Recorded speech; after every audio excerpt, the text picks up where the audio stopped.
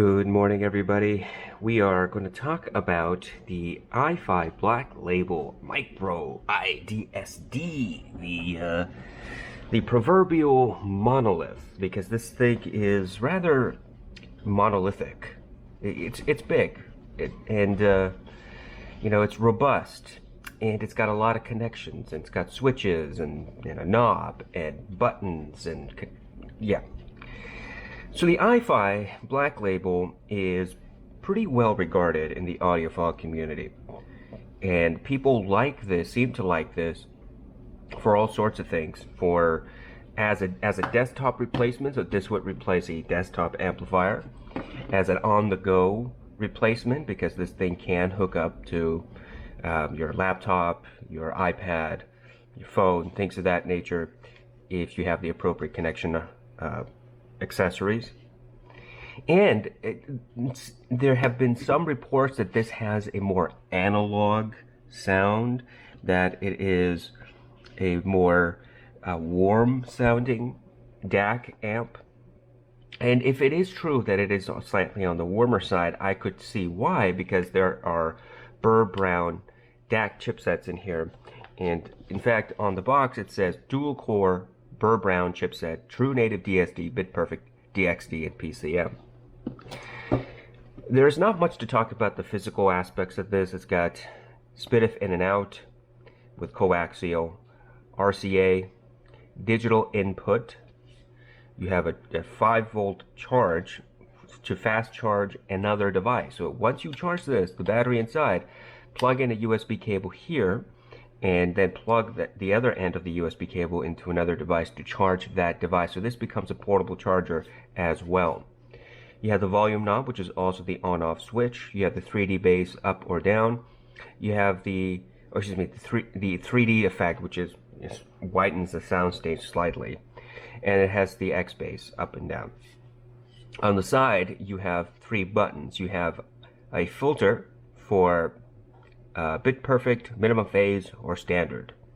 You also have IE match. We talked about high sensitivity and ultra sensitivity IEMs, or you can switch it off. You can switch the polarity for your headphones if you want. And you also have power modes: normal, eco, and turbo. Eco is supposed to be set for IEMs. Normal is for typical headphones, and turbo is for really hard to drive headphones up to 500 ohms. And then you switch that all the way to the top to get the turbo mode. On the bottom, you have, I can't even read this now, preamplifier or direct. So you can use this as a preamp and send the signal out to speakers if you want. You can do power speakers, and you can also do passive speakers theoretically, depending on how power hungry those passive speakers are. All right, so that's the entirety of this thing. Compare that to the Monolith THX AAA Portable, and this is simplicity compared to complexity. We've already talked about the features of the Monolith. The question now is, how do these two things sound? So let's give it a try. Now, one big difference between the Monolith and the iFi is that the Monolith comes with a 3.5 millimeter. The iFi is a 1/4 inch headphone jack, so you need an adapter. Now, this is only one of 2 portable devices that I have found that has a 1/4 inch headphone input. The other one is the X Duo, which is a portable amp DAC. So number 2 now. This is really rare, a very rare occurrence, and I think the reason that they did it here is, number 1, robustness, and number 2, you also have more room to use that particular option. Okay, so let's get this on the road. Now, there's a special USB cable that iFi includes in the package, because iFi is very good about including accessories that you need. And then you just put that in the back. There's an LED that lights up. Can you see that? I better. Here. There's an LED that lights up right there. And that LED changes colors, and there are multiple colors. Where's the colors? Here we go. LED, magenta, tells you which DSD up to 512. Blue, DSD 256. Cyan, DXD 128. White, DXD 705. Yellow, 176 PCM. Green, 44, 48, 88, 96 kHz PCM. Green, flashing, awaiting USB connection. Red, battery low. None, battery empty. Not as complicated as the Mojo, but still, here it is.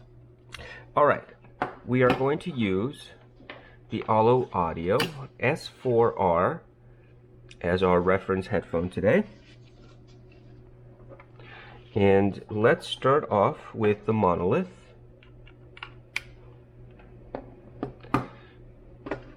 Let's go to our playlist, and the first song I want to listen to is Mountains with Monolith.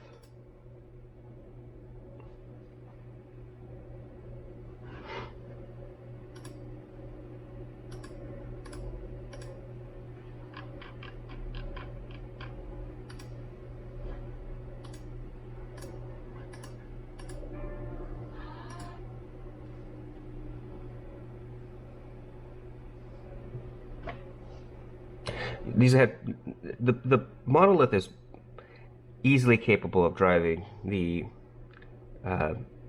Allo Audio, but the Allo Audio is a very easy headphone to drive to begin with.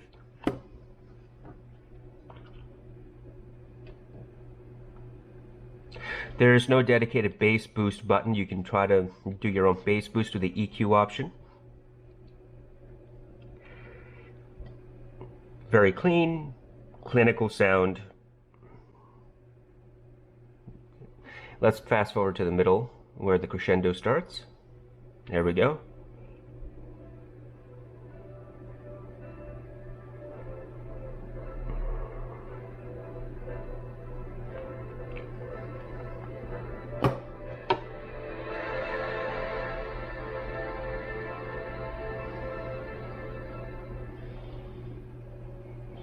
Good detail, excellent separation. All right, so now let's switch to the iFi.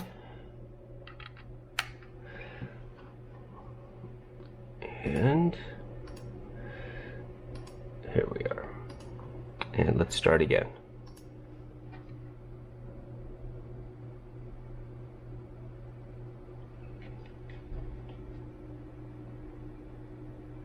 That clicking, clacking that starts at the beginning of the song seems to be a little bit more present on the iFi than it was on the Monolith, just a tiny bit. That could just be my imagination. I currently have the power mode to normal. Let me turn it to turbo. Turn it back to normal. Yeah, there's a huge difference in the power mode. Normal is, I'm at 9 o'clock on the dial right now, which is just barely from start. And on normal, I can barely hear anything. On turbo, it's much louder.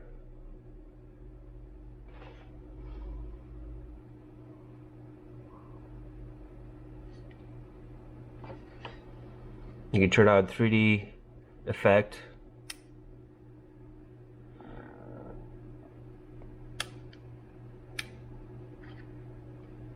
Yeah, 3D effect, as with every portable that I've ever had so far, it just does nothing for me. Skip ahead to the middle.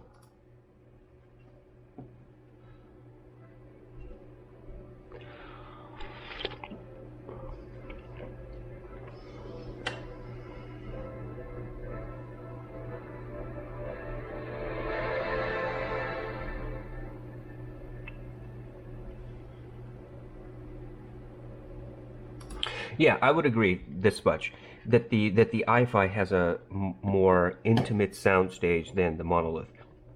It doesn't mean that it's missing out on the details, but what it does mean is that it's not nearly as analytical, in my opinion, as the Monolith is. Where the Monolith is just really hyper-clinical in the presentation, the iFi tends to be a bit more gentle with the way that it's presenting the music. Warmer for sure. A little less soundstage, and probably less detail than the Monolith, but that shouldn't be a surprise because of how the Monolith has been marketed and what it's created for. Now, as far as the 3D effect, you know, I've said this many times when I've run across 3D effect filters, is that it doesn't do anything good for anything. It's just such a terrible waste of space and technology. You know, on this song, it didn't make any change for me. I couldn't hear any real width. All I got is some noise in addition to it. So I turned it off.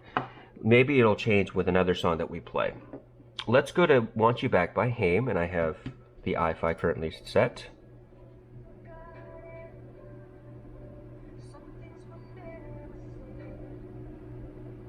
The S sounds in her voice, they don't become sibilant, but they're pretty prevalent on these headphones with the Black Label. I'm gonna turn on the 3D.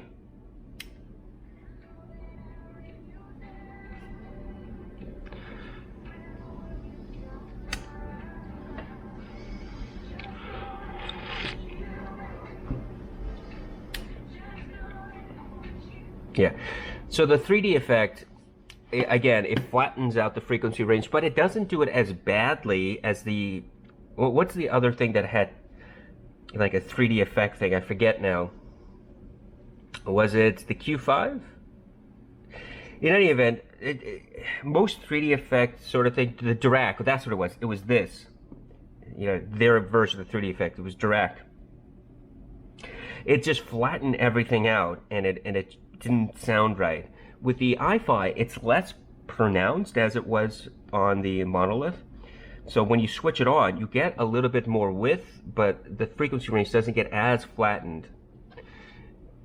With it engaged, it's a slightly warmer presentation, and it really just becomes your preference.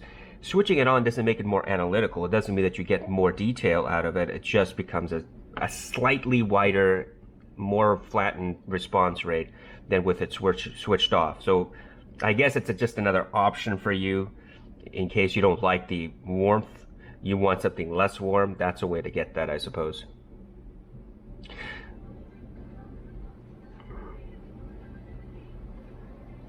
I can easily hear all three vocalists, although I have to admit that the separation isn't amazing. Like, I can hear all three vocalists, I can hear the three various tonalities, but it's not as clean and clear as it's presented on the THX, either the desktop or the portable. So let's switch. Let's go to the portable.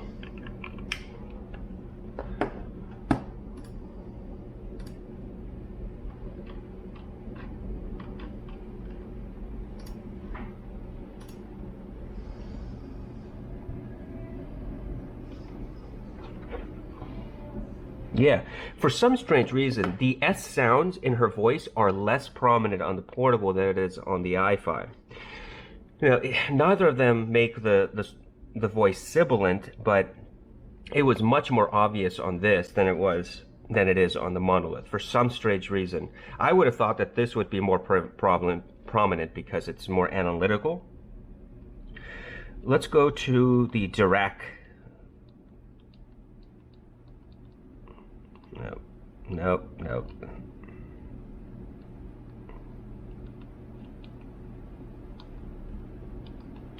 And let's switch this on. Yeah.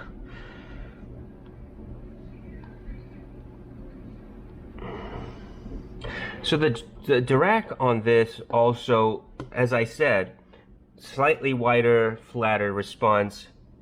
But because this is already an analytical player, you lose whatever little warmth there is in this. And it just becomes more of a flat, really stretched out frequency response that I don't like. Maybe you will. But when you compare it to this, which is a warmer sounding presentation to begin with, and I do agree with people who say that this is a warmer, in comparison of A and B here, yeah, this is warmer. When you switch the 3D effect on, losing some of that warmth is a change, right? It's a change between warmth and less warmth. Change in this is between analytical and less analytical, and that's not. I don't know. That's not for me. Maybe it is for somebody else who wants that type of sound signature. Yeah. As far as the voice separation, the Monolith does a better job. It's cleaner, it's more precise, and I can hear all three different tonalities, whereas the iFi, what it did is it blended some of their voices together, especially the backup vocalists, and it was a little bit more difficult to differentiate the two backup vocalists. On the Monolith, it's easier to differentiate them. It's not even a struggle. With the iFi, it was just trying to figure out, okay, where are they? And it wasn't easy for me. Okay? Let's go to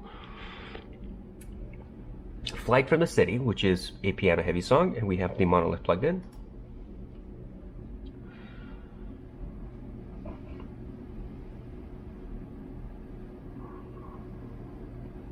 Very clean, precise piano.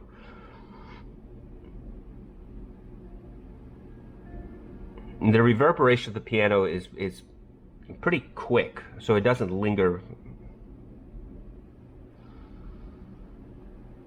You can hear the buzzing in the background, the string instruments as they vamp up. Skip to about halfway.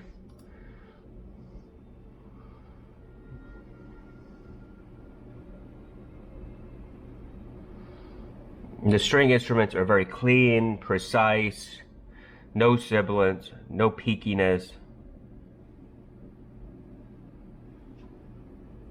And overall, as I've said many times before about this portable, is that it's a very analytical presentation of the music. You may like it, you may dislike it. It's totally up to you. But, you know, unless you're looking for a real analytical sound signature, you know, most people, I think, prefer a warmer presentation, a more analog presentation. And that's why people listen to Bose and Beats and Sony headphones so often. It's because it provides that warmth sensation. Let's try it on the iFi. Here we go.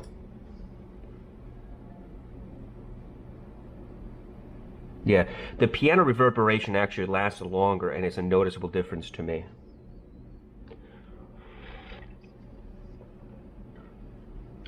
And it sounds heavier, like there's a little bit more substance to it. That's because it sounds like the bass is slightly boosted, and I don't have the bass boost on, by the way. Let me turn that on.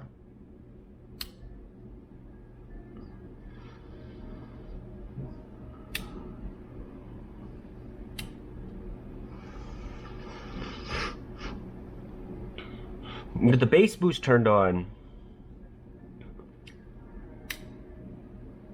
for this song, I don't really hear a difference. Now remember, these filters on any portable, they're slight changes, right? It's a very, very tiny change.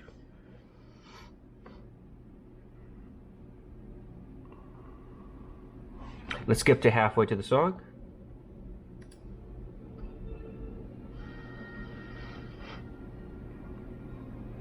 The string instruments are a little muddied compared to the Monolith. It's not as clear. With the piano and the string instruments playing at the same time, it's not easily discernible what is playing. It just melds the frequencies together. A little bit more intimate soundstage experience.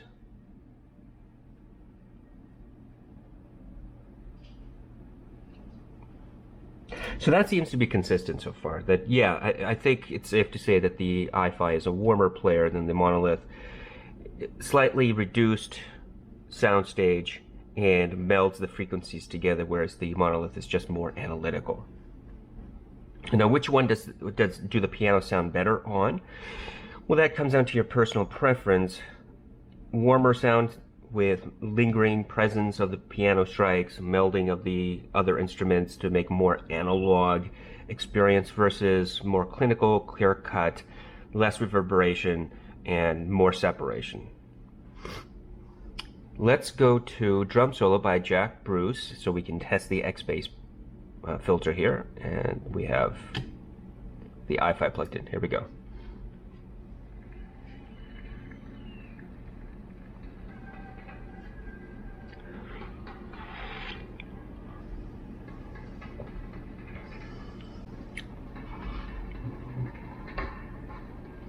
Good, fast drum strike.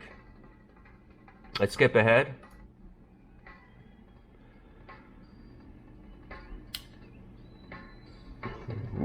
For this talk, the bass boost does change the tonality just slightly. It brings up the sub bass just a little bit. And it's a tiny change where the bass just sounds a little bit warmer. A slight volume boost in the bass.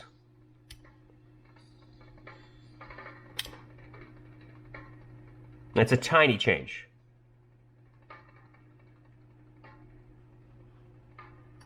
They're good, fast drum strikes. It's not visceral in any way, but again, that's more on the headphone than it is on the portable device here. Now let's switch to the Monolith.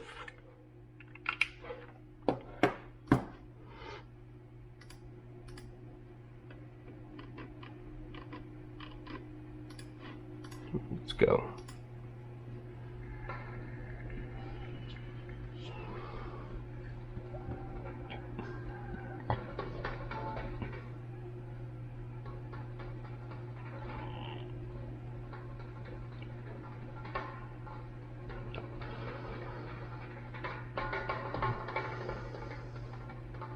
I would say that the drums have less presence on the Monolith than it does on the iFi, and the only way I can describe that in real terms is by saying that the drums on the Monolith are faster.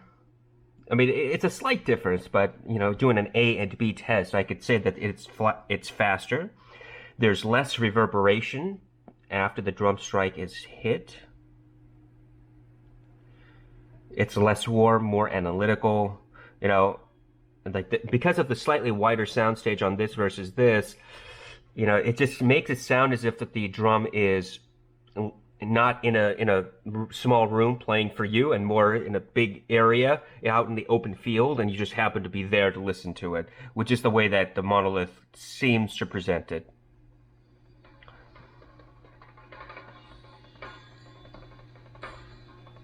It's very, very fast.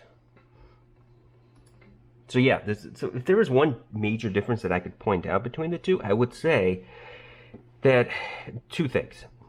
The bass responds much faster on the Monolith than on the iFi.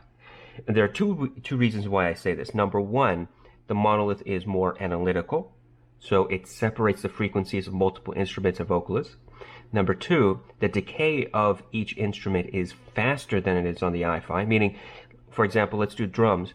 When there is a drum strike, that reverberation doesn't last for extra milliseconds. It just goes away. It's really, really quick. And same thing with piano strikes. The reverberation doesn't linger around, and it doesn't then kind of meld into another frequency like a string instrument or a vocalist. It just dissipates, and then there's a separate frequency for whatever the other instrument happens to be. Very analytical, very cold, so to say. Whereas the iFi does the opposite. You know, it's got a slight bass boost, naturally speaking, without the bass boost filter switched on. And it's got a narrower soundstage. So what does that bring you? Well, that brings you a little bit more intimate sound experience. And on top of that, it melds some of the frequencies together. Now, when I say meld, I don't mean that in a bad sense. I think melding frequencies can be very, very nice, and I think the vast majority of people would prefer to have this sound signature than this sound signature. The bass is slightly more present on this than it is on this. It's slightly boosted. It's not a significant difference, but it's a noticeable difference when you do A and B. What is a noticeable difference, however, is the narrowed soundstage and the melding of the frequencies as we talked about. The other thing that is noticeable is the longer decay of things like piano strikes and drum strikes. One thing that I found that was rather surprising for me, at least, is that in Want You Back by Haim, the S sounds of the primary vocalist was much more prevalent on this than on the THX. And I don't know why that is. See, I would have assumed that the THX would be more prevalent on the S sounds because it is the more analytical player. But this one tended to do that. Is that because I had the thing, where is this?